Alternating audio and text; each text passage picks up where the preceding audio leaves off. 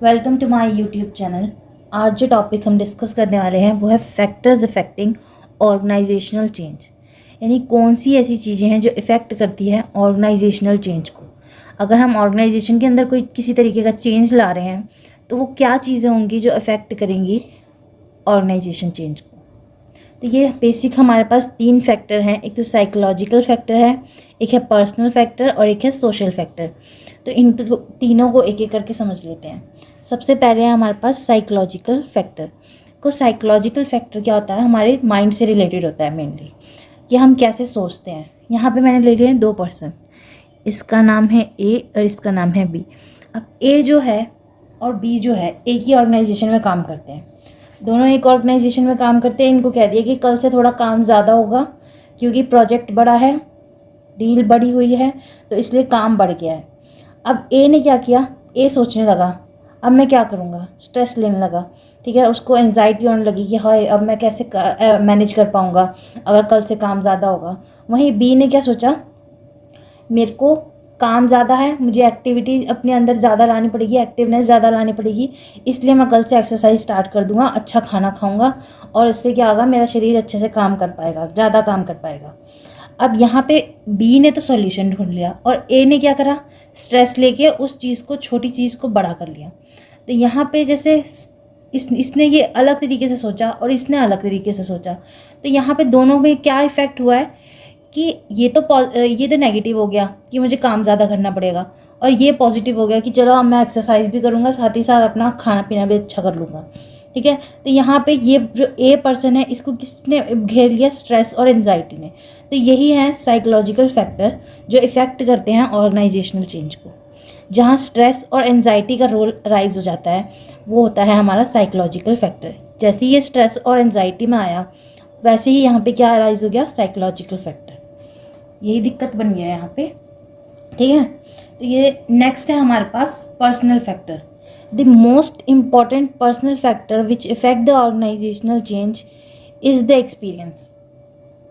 अब अगर 2 लोग हैं ए और बी, अगेन यही एग्जांपल ले लेते हैं।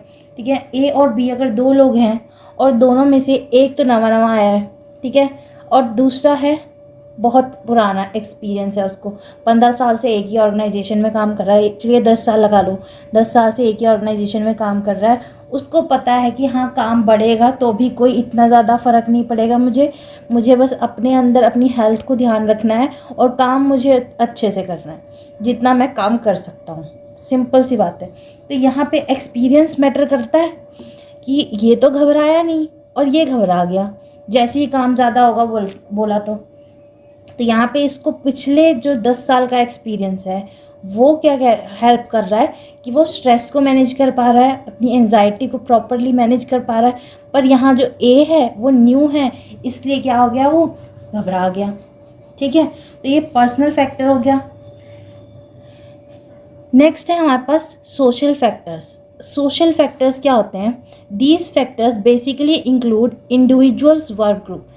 देखो क्या होता है ना कि हम अगर एक इंसान है उसको जो जिस ग्रुप में, जिस एरिया में वो रह रहा है, जैसे वो रह रहा है, वो सारी चीज़ें इफ़ेक्ट करती हैं। ठीक है, अगर मेरा ग्रुप अच्छा है, कंपनी मैटर करती है, तो यहाँ पे क्या आता है कि अगर मेरा ग्रुप अच्छा है तो मेरे पे इफ़ेक्ट भी कैसा पड़ेगा, पॉजिटिव इफ़ेक्ट पड़ेगा। अगर मेरा ग्रुप ख़राब है, ठीक है, लोग ही डिमोटिवेटेड रहते हैं, मान लो एक के आसपास जो कि खुद ही अपने आप में मोटिवेटेड नहीं है, और वो मोटिवेट कर पाएंगे अगर वो अपना स्ट्रेस लेके किसी अपने दोस्त के पास जाएगा और उसके दोस्त भी ऐसे ही हैं आगे से जो कि खुद ही डिमोटिवेट हैं, तो वो खुद को अपने आप को मोटिवेट नहीं कर पाएंगे और तो इसको क्या करेंगे, ये बात हो जाती है। अब ये जो बी है ये 10 साल से एक ऑर्गेनाइजेशन के अंदर रह रहा है, तो इसका ग्रुप भी वैसा ही होगा। ग्रुप भी ऐसा ही होगा, जो वर्किंग एम्प्लॉयज़ होंगे, जो बहुत एक्सपीरियंसड होंगे, जिनके पास अच्छा पुराना सालों का एक्सपीरियंस होगा। तो वो क्या करते हैं, जो जिस ग्रुप में होता है ना इंसान, वो चीज़ें भी इफ़ेक्ट करती हैं कि आप कहाँ से आ रहे हो, कौन सा आपका ग्रुप है, वर्किंग ग्रुप है, बैकग्राउंड कैसा है, ये सारी चीज़ें भी इफ़ेक्ट करती हैं। तो ये होते हैं सोशल फैक्टर।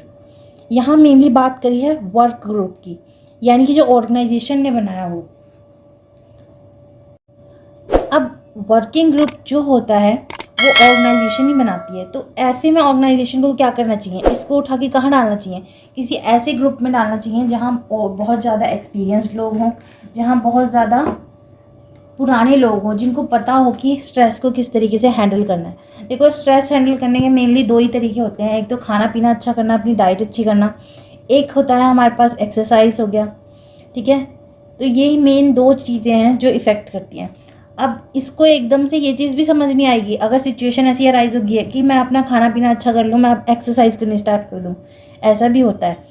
तो ये सोशल फैक्टर्स जो होते हैं ये ग्रुप से रिलेटेड होते हैं कि हम कैसे ग्रुप में उठ बैठ रहे हैं। अब ये तो 10 साल से अच्छे ग्रुप्स में ही बैठ रहा है ना, ऑर्गेनाइजेशन के ग्रुप में बैठ रहा है। अब ये न्यू है, फ्रेशर है, तो इसको इतना नहीं पता होगा, ठीक है। अब हमारे पास है मॉडल।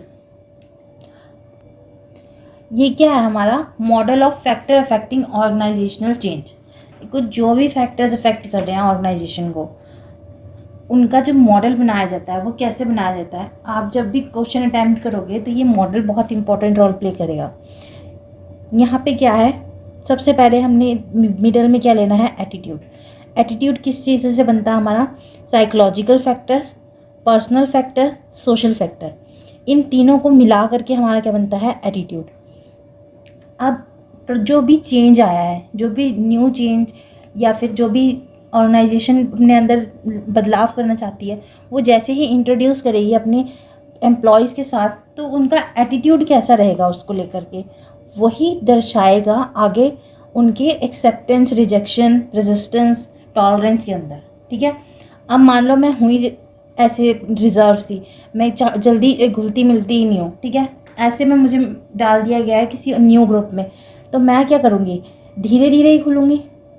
तो ये क्या हो गया मेरा साइकोलॉजिकल फैक्टर, कि जल्दी से किसी पे ट्रस्ट नहीं करना, ठीक है, ज़्यादा सोचना और जल्दी से किसी पे ट्रस्ट नहीं करना। तो ये एटीट्यूड बना होता है जो कि इन तीन चीज़ों पे बेस होता है। साइकोलॉजिकल फैक्टर यानी कि माइंड में क्या चल रहा है आपके, पर्सनल फैक्टर यानी कि आपके एक्सपीरियंस क्या है, सोशल फैक्टर यानी कि आपका ग्रुप कैसा है, आपका उठना बैठना कैसा है, उससे आपका बनता है एटीट्यूड। और जब आपको चेंजेस के लिए इंट्रोड्यूस करा जाता है, आपको चेंज इंट्रोड्यूस करे जाते हैं, तो आप इसी की वजह से रिएक्ट करते हो, और यही आगे जाके इवैल्यूएशन ऑफ प्रपोज चेंज यानी कि आप कैसे रिएक्ट करोगे उसको। तो अगर आप ओपन हो हर चीज़ के लिए, तब तो आप कर लोगे एक्सेप्ट कि चलो ठीक है, कोई बात नहीं, न्यू चेंज आया है तो न्यू कुछ अच्छे के लिए होगा, आप उसको क्या कर लोगे, एक्सेप्ट। पर अगर आपको मान लो चेंज दबाव में आकर के या फिर किसी तरीके से आप सोचो मेरी तो नौकरी पे बात बनी हुई है, मुझे काम करना ही पड़ेगा, तो वो क्या होता है, टॉलरेंस। इस केस में क्या होता है, जो इंटरेस्ट होता है ना बंदे का काम करने को, वो ज़ीरो हो जाता है। मतलब कि मेरे को कोई इंटरेस्ट नहीं है उस चीज़ में, पर लेकिन फिर भी मैं उस चीज़ को कर रही हूँ, तो मैं क्या कर रही हूँ, एक तरीके से टॉलरेट कर रही हूँ। अब है हमारे पास फिर रेजिस्टेंस। रेजिस्टेंस क्या होता है हमारे पास, कि मान लो मैं अपने आप से पूरी कोशिश कर रही हूँ कि ये चेंज ना आए। ऑर्गेनाइजेशन अगर मेरे पर काम थोपने की कोशिश कर रही है, तो मैं अपनी तरफ से पूरी कोशिश कर रही हूँ कि नहीं, मुझे तो ये आता ही नहीं है, ठीक है। अपने पूरे हाथ पैर खड़े कर देना कि अब मुझे तो, मेरे से तो होएगा ही नहीं। और फोर्थ है हमारे पास रिजेक्शन। रिजेक्शन क्या होता है, क्लियर कट जवाब दे देना कि जी नहीं, मेरे से तो होगा नहीं, आपने जो करना है कर लो, आपने नौकरी से निकालना निकाल दो, आपको रखना है रखो, मेरे से तो ये काम नहीं होगा, मैं इस चेंज को एक्सेप्ट नहीं कर सकती, क्लियर नो। तो रिजेक्शन हो गया हमारे पास, क्लियर नो। रेजिस्टेंस हो गया हमारे पास कि उस चीज़ का अपोज करना। अपोज यहाँ पे क्या आता है, मतलब कि यहाँ पे प्रोटेस्ट होते हैं, ठीक है, प्रोटेस्ट करने लगते हैं। यूनियन में कई बार देखा होगा आपने कि यूनियन ट्रेड जो होता है वो प्रोटेस्ट करने लगते हैं। जैसे टॉप लेवल मैनेजमेंट कहते हैं कि ये चीज़ नवी इंट्रोड्यूस हो रही है या ये नवी मशीनरी आ रही है, तो रजिस्ट करते हैं या फिर अपोज करते हैं या फिर प्रोटेस्ट करने लगते हैं, धरने पे बैठ जाते हैं कि हमारी मांगे पूरी करो, ठीक है। टॉलरेंस होता है कि हमने चलो ठीक है जैसे भी है सिचुएशन को हैंडल कर लिया। और एक्सेप्टेंस होता है कि पूरी तरीके से एग्जैक्टली जैसे ऑर्गेनाइजेशन चाहती है वैसे ही आप खुशी से काम कर रहे हो, तो उसको कहते हैं एक्सेप्टेंस। ये model of factor affecting organisational change बहुत इंपॉर्टेंट है, और अगर क्वेश्चन आता है इसका तो ये मॉडल बनाना बहुत ज़रूरी है। आई होप आपको ये टॉपिक अच्छे से समझ आया हो। Psychological factor, personal factor, social factor क्या है, या आपको क्लियर हो गया हो। Thank you.